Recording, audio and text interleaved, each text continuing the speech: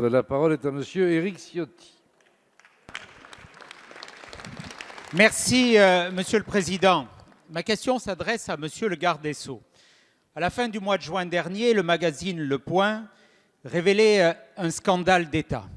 Le scandale qui a fait que pendant 6 ans, dans le secret le plus absolu, le parquet national financier, en dehors de toute règle procédurale, a enquêté sur l'ancien président de la République, mais également a enquêté sur plusieurs avocats dont vous faisiez partie, Monsieur le ministre.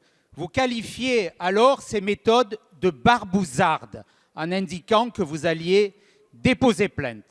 Votre prédécesseur a souhaité, face à la gravité des faits qui étaient en cause et qui remettent en cause ce principe d'indépendance de la magistrature auquel nous devons tous être attachés. Votre prédécesseur a mandaté l'inspection générale de la justice pour conduire une enquête pour rechercher les failles, les fautes qui avaient conduit à ce que pendant cette durée de 6 ans, cette procédure puisse se dérouler sans qu'aucun magistrat du siège, qui par ailleurs était saisi d'une affaire sur Nicolas Sarkozy, en soit informé, ce qui aurait permis de disculper totalement Nicolas Sarkozy.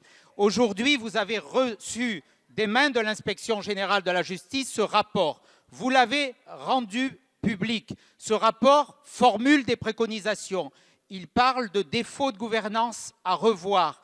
Il propose des solutions pour faire en sorte que plus jamais cette situation ne se produise. Alors, face à la gravité des faits que vous avez, je le redis, vous-même légitimement dénoncés, qu'entendez-vous faire, Monsieur le ministre, pour que plus jamais une affaire de cette nature ne remette en cause les institutions de la République? Merci, monsieur le député. La parole est à monsieur le garde des Sceaux, ministre de la Justice. Monsieur le Président, Mesdames, Messieurs les députés, Monsieur le député Ciotti, tout le monde se souvient de l'émoi suscité par cette affaire en France, auprès de tous nos concitoyens et dans le monde judiciaire en particulier. J'ai dit ce que vous avez rappelé, j'étais alors avocat. C'est ma prédécesseure qui a, vous l'avez rappelé, saisi l'inspection générale de la justice. Le rapport m'a été remis ce matin. J'avais dit que je le rendrais public, ce que j'ai fait. On peut y lire dans ce rapport un certain nombre de choses très intéressantes. Le défaut de gouvernance que vous avez rappelé, mais aussi un suivi interne distendu, quand des termes choisis, ces choses-là sont dites, n'est-ce pas?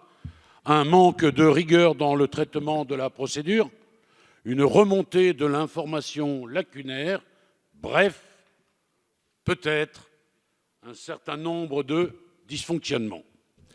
Je note également que 2 magistrates du parquet national financier, l'une à la retraite, l'autre en activité, n'ont pas déféré aux convocations de l'inspection et ont refusé de répondre aux questions. Ces raisons m'ont amené, dès ce matin, à saisir la direction des services judiciaires qui procède en ce moment encore aux analyses nécessaires, analyses minutieuses dont j'aurai les résultats prochainement.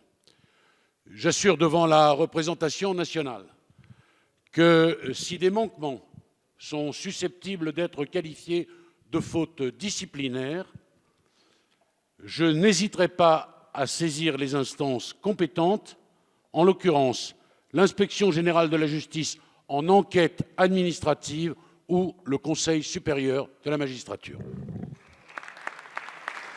Merci, monsieur le ministre.